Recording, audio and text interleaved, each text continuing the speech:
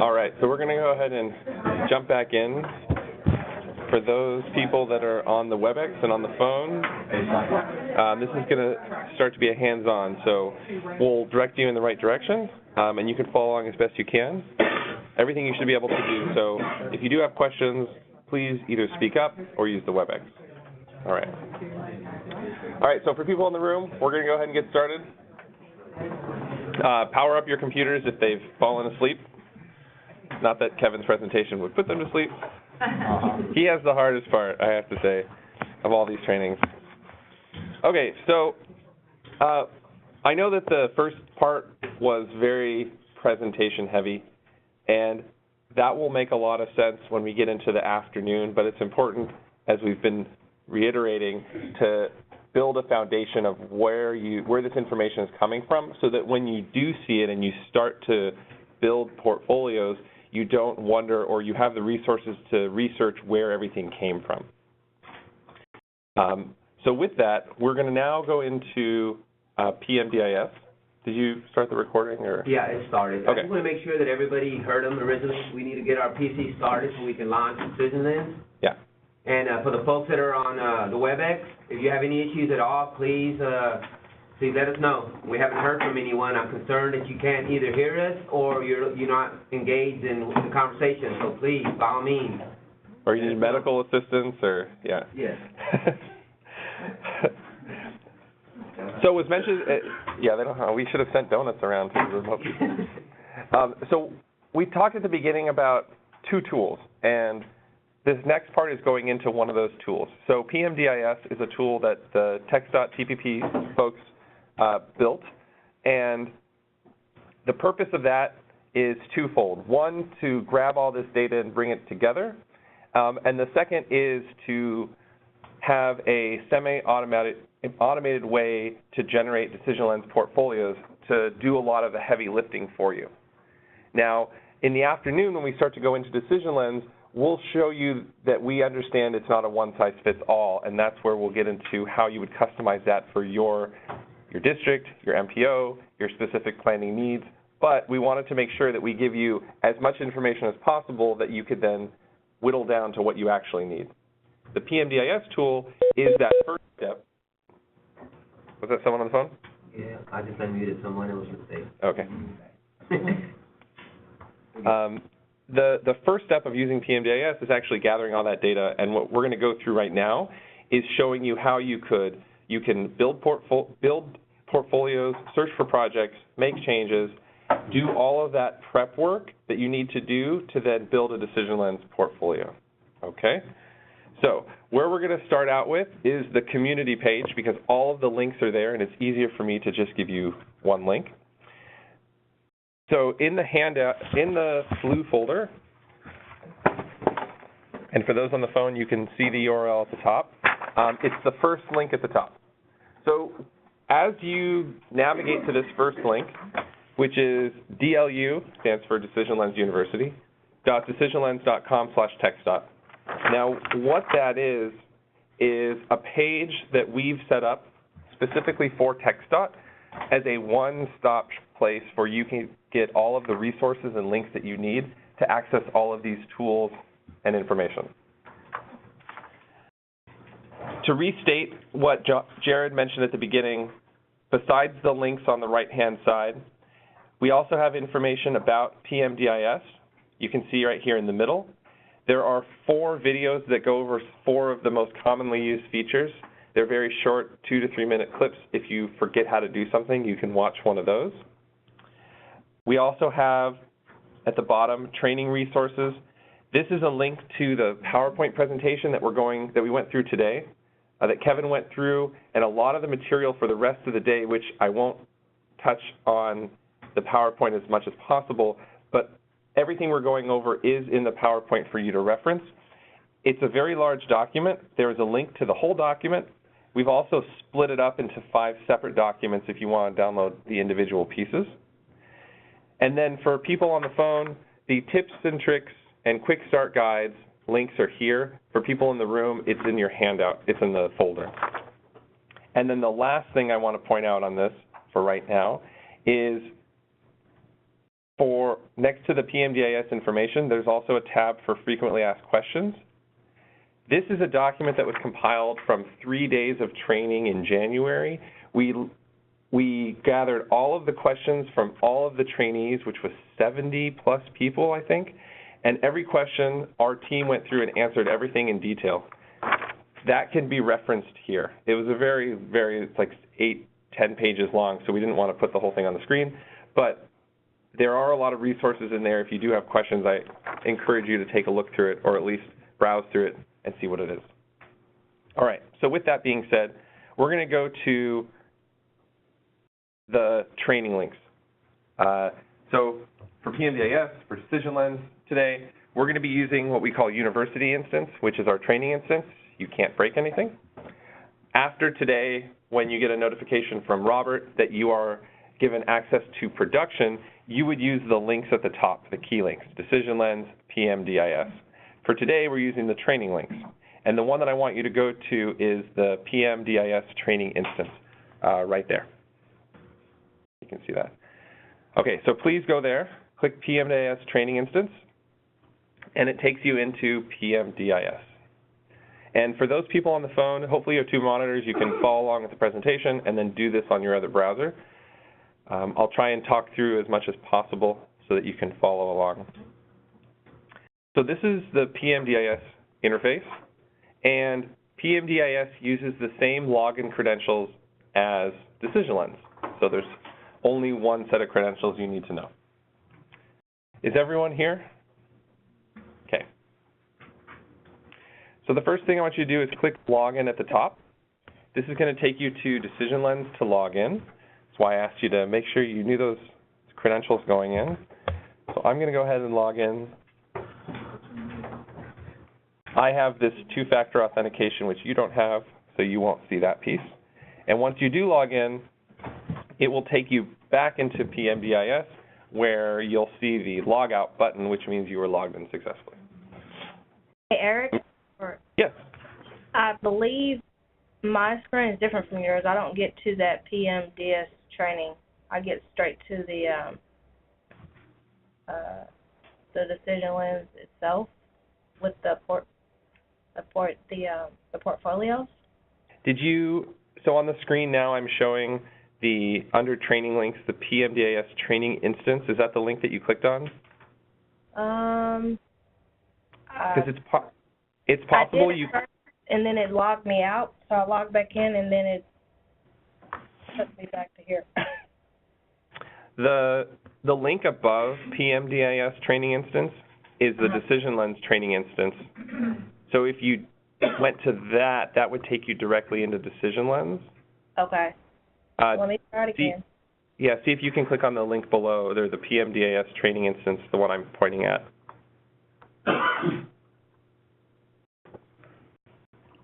Okay, I got it. Thank you. Got it? Oh, perfect. All right.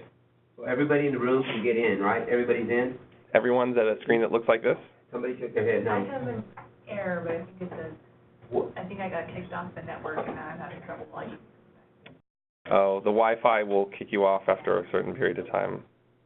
Any other issues getting on? Okay. Can you remind me what your name is? I just want to make sure your user profile is okay. Allison Blazowski.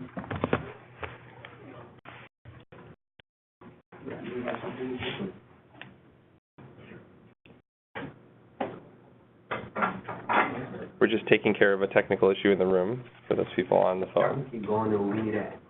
Okay. All right.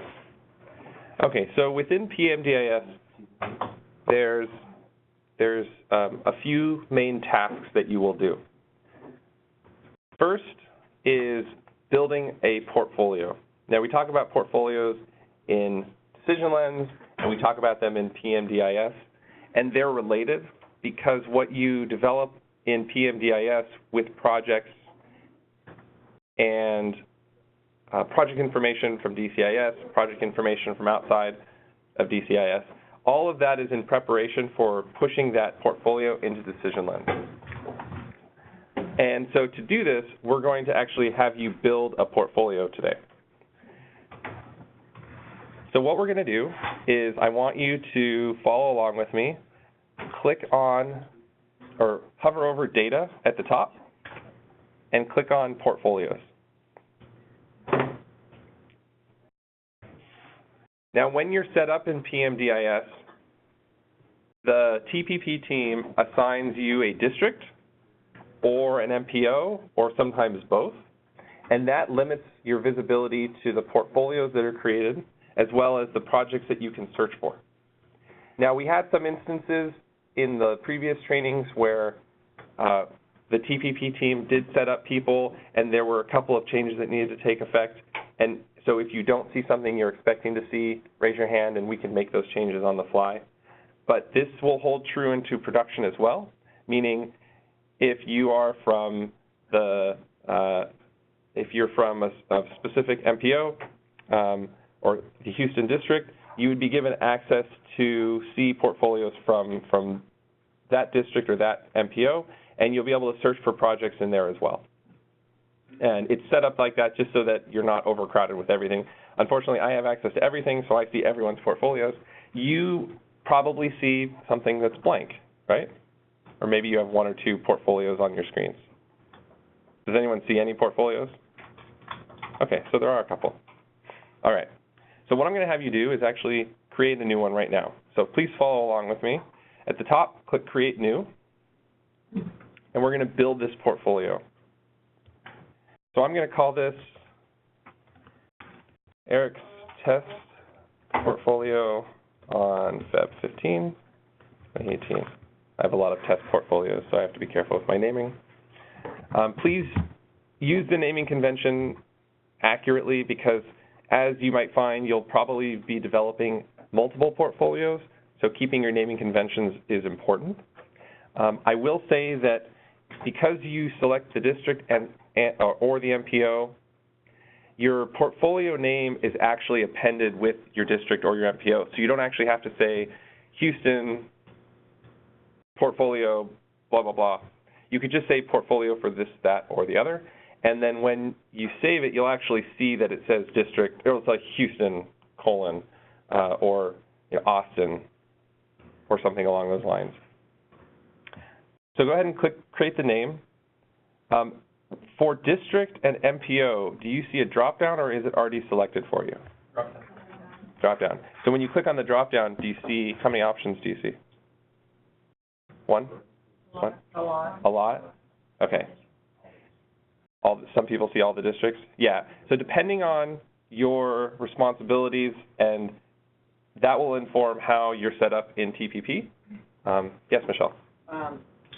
To put a finer point on it, if you're a support office or a support division here, then you would have access to everything in the state. If you work for a specific district or an MPO, that would be the reason. Please don't feel like you got shortchanged on what you have access to. It's without the more specific answer to the permissions question. Okay.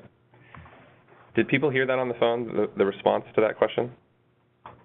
Or does anyone need us to repeat it? Probably better. Yes. I heard it. Okay, great. Okay, so for me, I'm going to go ahead and select my district. I'm going to click Austin because we're here. And I have a couple more options to select on this. For the majority of people here in the room and on the phone that are also following along, you will likely see that some of these are grayed out. You don't actually have all of the options to change, for instance, when the bridge data and the crash data is coming from. But you will have the opportunity to change the funding horizon and the planning horizon and things like that. One thing that I will point out as very helpful throughout this system is you can hover over any field and it will give you a tool tip on what that field means. So the one I'm on right now is the funding horizon. So the funding horizon deals with when your portfolio is sent to Decision Lens. And when it's in Decision Lens, you are planning out a specific time period. This funding horizon allows the portfolio and Decision Lens to be created with that number of plan years in place. So for instance, if you chose a project for the portfolio in here that is 20 years in the future, and this funding horizon stayed at 12, the project would come over, but in the allocation where you actually see the cost of the project, it would have zeros for the 12 years out because the year that that project is actually planned for is further in the future than you actually have years for in Decision Lens. That becomes important when you're searching for projects, which we'll get into in a minute. You want to make sure that you're searching for projects that are within your plan year, right? If you're doing a 5-year plan, you don't want to search for something that's 10 years out. And, but you want to keep that in mind in the situation where you're in Decision Lens and you have a project that has no costs. That could be one of the culprits.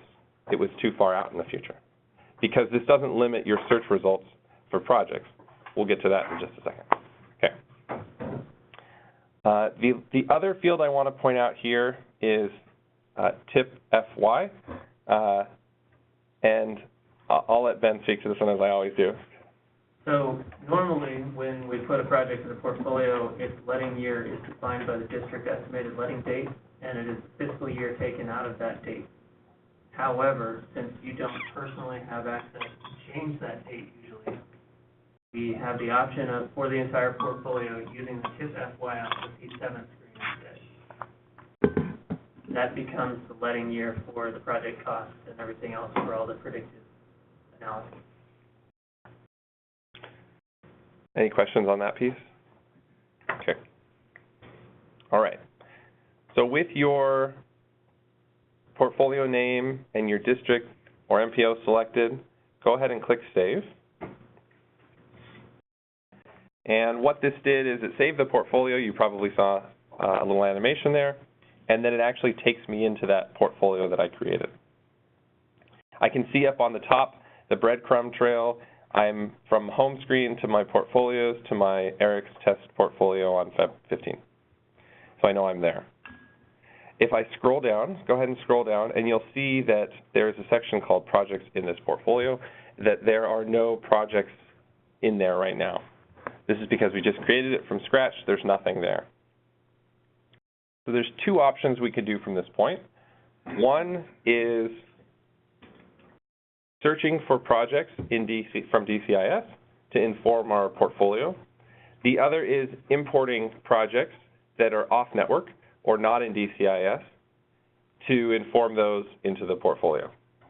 I'm going to go through the searching one first with you and have you follow along. And then for the import, I will show you where it is, and I will show you an example of how to do it. I don't have a file prepared for everyone. I have one for myself. But I'll show you where it is so you understand how to do it if you need to do that as well. So from here, I want you to follow along. Click on Find More Projects. And this brings up the project search. There are a lot of fields that you can search from in here. And anything you put in is pulling back results for all those fields. And what I mean by that is, if I selected the district of Austin and I did a search, it would pull back every Austin project. If I put in Austin with a fiscal year start of 2018, it would pull back all projects in Austin with a fiscal year start of 2018. So the more search fields you put in here, the more limiting your results are.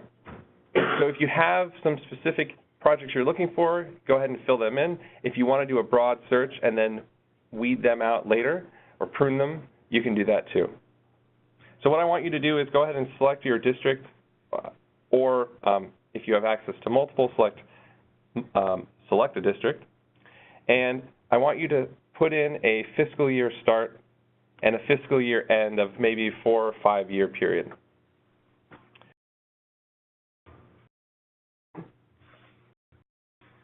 I'm putting Austin, I'm putting 2018 to 2023, and I am clicking search.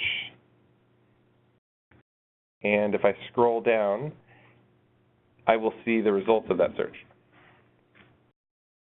You can see I have projects from the Austin district. I have projects that are between 2018 and 2023. And it's showing 10 entries of 447 projects. Okay. So what can we do from here? A couple things. I can refine my search. So for instance, if I wanted to add in another search parameter, I could search for something like pavement. Maybe I'll just do pave. I'm looking for pavement projects.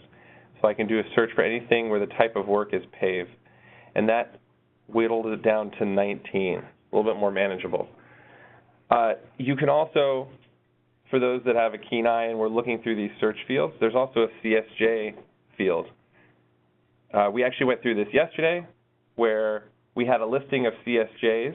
We didn't put anything in for the MPO. We didn't put anything in for the year start, year end. All we did was we put in 3 CSJs with a comma in between, and we pulled back all 3 CSJs automatically. So however you want to search for these projects, you can. Now, from here, you can actually drill into these projects and look at information about them.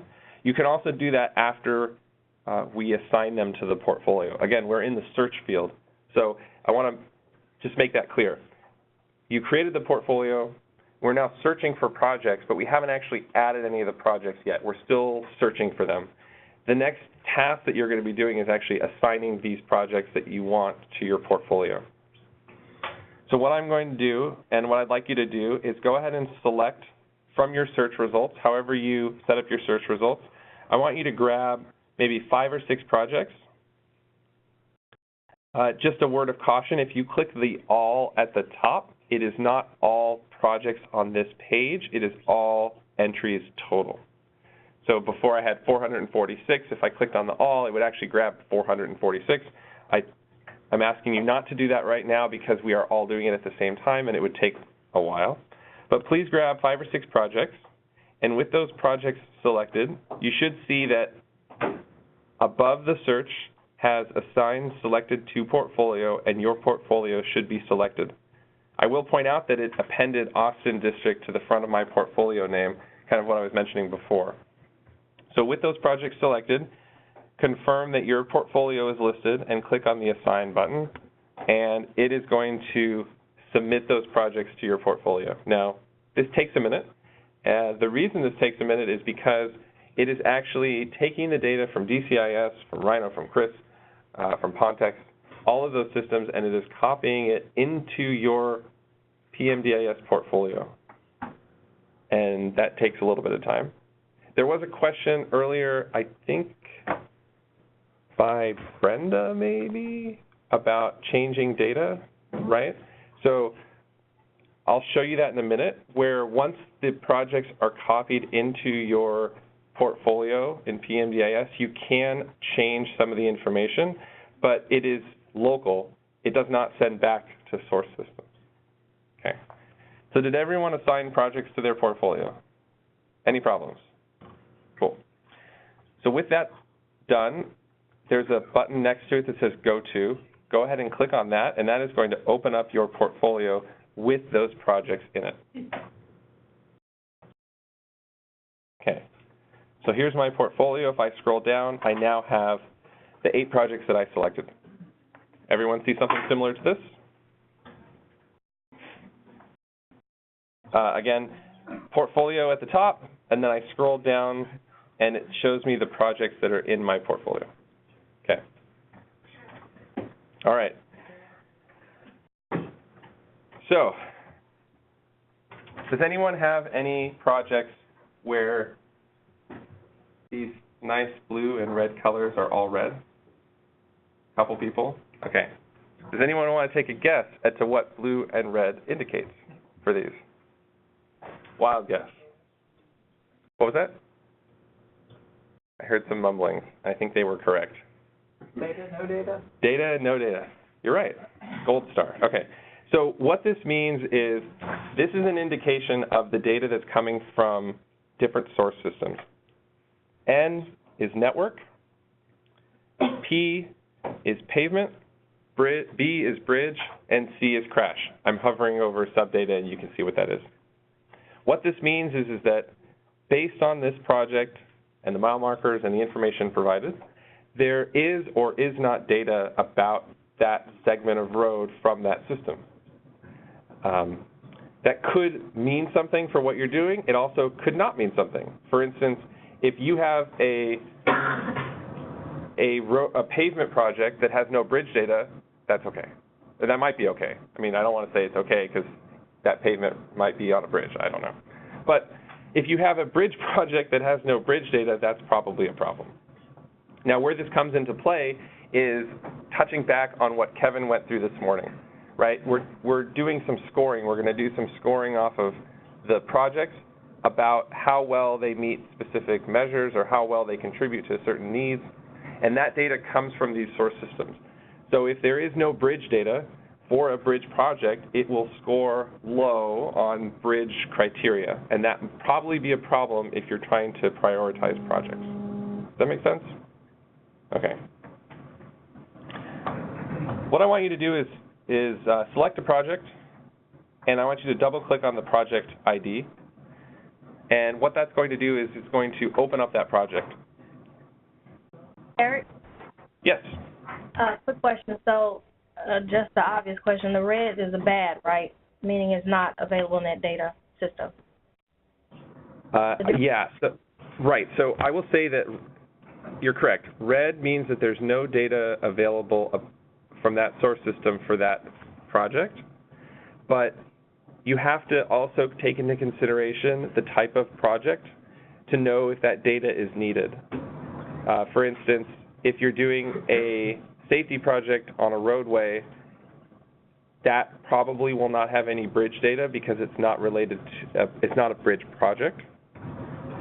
So you can't just take everything for face value unless it's red across the board, and that's a really bad sign. But if you have a bridge project that doesn't have a bridge data, then that's probably a bad thing, and you would need to figure out why that is.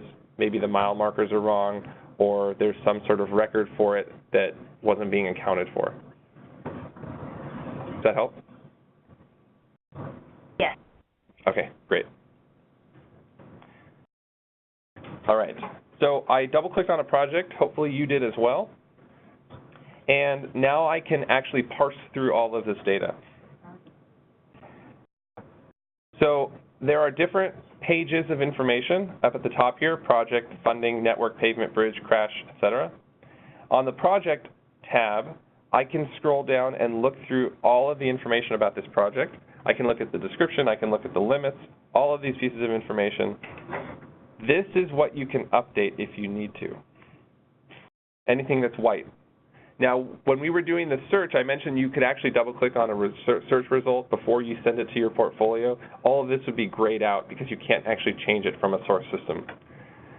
So the common messaging that we've been saying is TPP doesn't want incorrect information to hold you up from your planning, which is why they've given you the ability to make adjustments on the fly, but it is a one-way street. It does not update the source systems. So if there is something that's incorrect that you are changing for your planning, it is recommended that you reach out to whoever owns that data, wherever that source system is, and make a request that it be updated there for future use.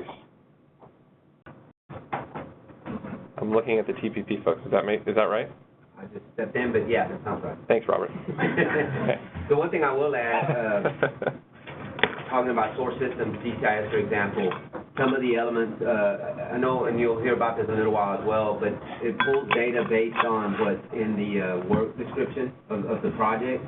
And so depending on the type of work there is, say, for example, you're doing a reconstruction of a segment that has a bridge replacement, for example. If you don't put bridge replacement in that description, it may not pull the necessary information that it needs to be able to score that specific element of that project, right?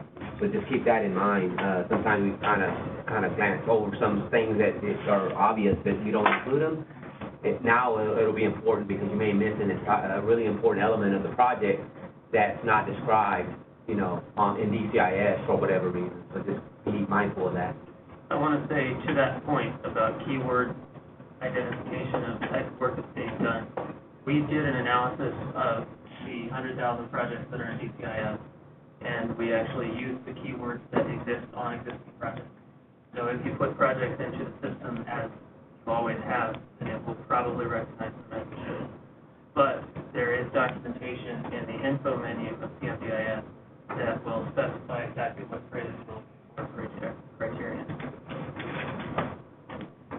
So you're saying the type of work is a free-form deal, and for it to hit, you it has to match the exact string search for. It is a combination, it is looking for in both the layman's description and the type of work field. Okay, so if they type that string in either one of those, it's Right. layman's description. Okay. I thought it might have been tagged somehow. Yeah, so just to restate on the phone, the description and type of work field are where those keywords are coming from. And in the analysis of building this, we looked through all of the DCIS projects and were able to grab, I'd say, the vast majority of all of them.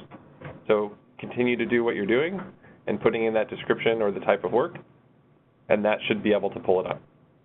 So, okay. So for this project, I can scroll down, I can look up all of the information about it. I can look up the cost data, the geospatial data, basically anything and everything about it. And if something's incorrect, I can make an adjustment on the fly. Moving on, I can now go to the other tabs. So go ahead and click on funding. This is where the funding data comes in. It's pulling in the category of funding as well as the cost and the year. And this comes into play in Decision Lens as well that you'll see in the afternoon. Some projects are requesting funds from multiple categories, and that's okay. You'll see that is captured in Decision Lens as well in the funding piece. This particular project is Category 8 funding, $907,000, and it's pretty straightforward. Network data, so additional network data that's available for this particular project. I can move over to bridge. You can see all of the bridge components for the segment of road that this is part of. And this is where you could just do that analysis and understand.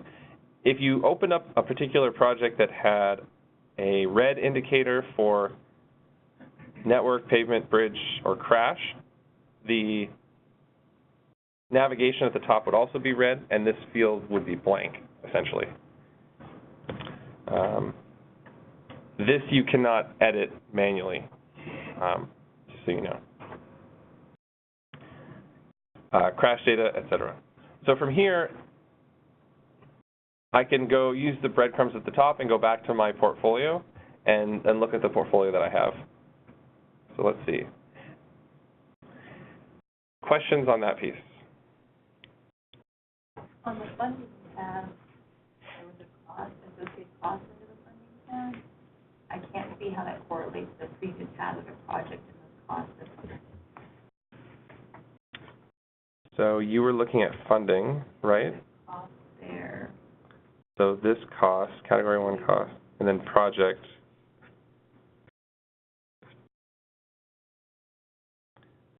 This cost data? So that cost data there is from the P10 screen in DCIS, the total project cost breakdown. Okay, which doesn't always correlate to the funding of a project. In fact, it changes every month Yeah. by inflation, 4%. I Yeah. think it's 4% inflation, so just keep that in mind. That's you know, that's kind of hard-coded into the system. It does that automatically, so of course, you know, it's not always going to jive with what the actual cost of the project is supposed to really be, so.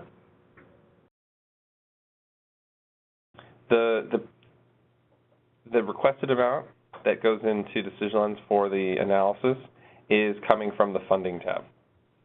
So it will be this one, not the cost piece. So where does that cost of 941, what's the source data of that cost into the funding tab? That is the project cost column in DCIS on the P2 screen. Okay. Authorized. Yes. So the sum of all the project costs, that might be part of a different program or something, or line item?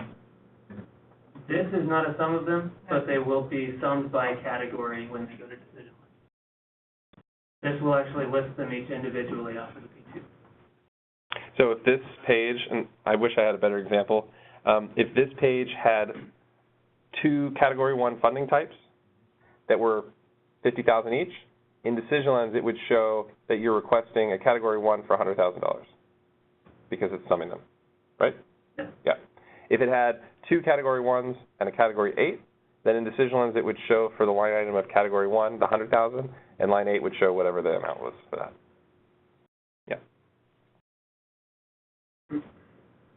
Good questions. Any questions on the phone?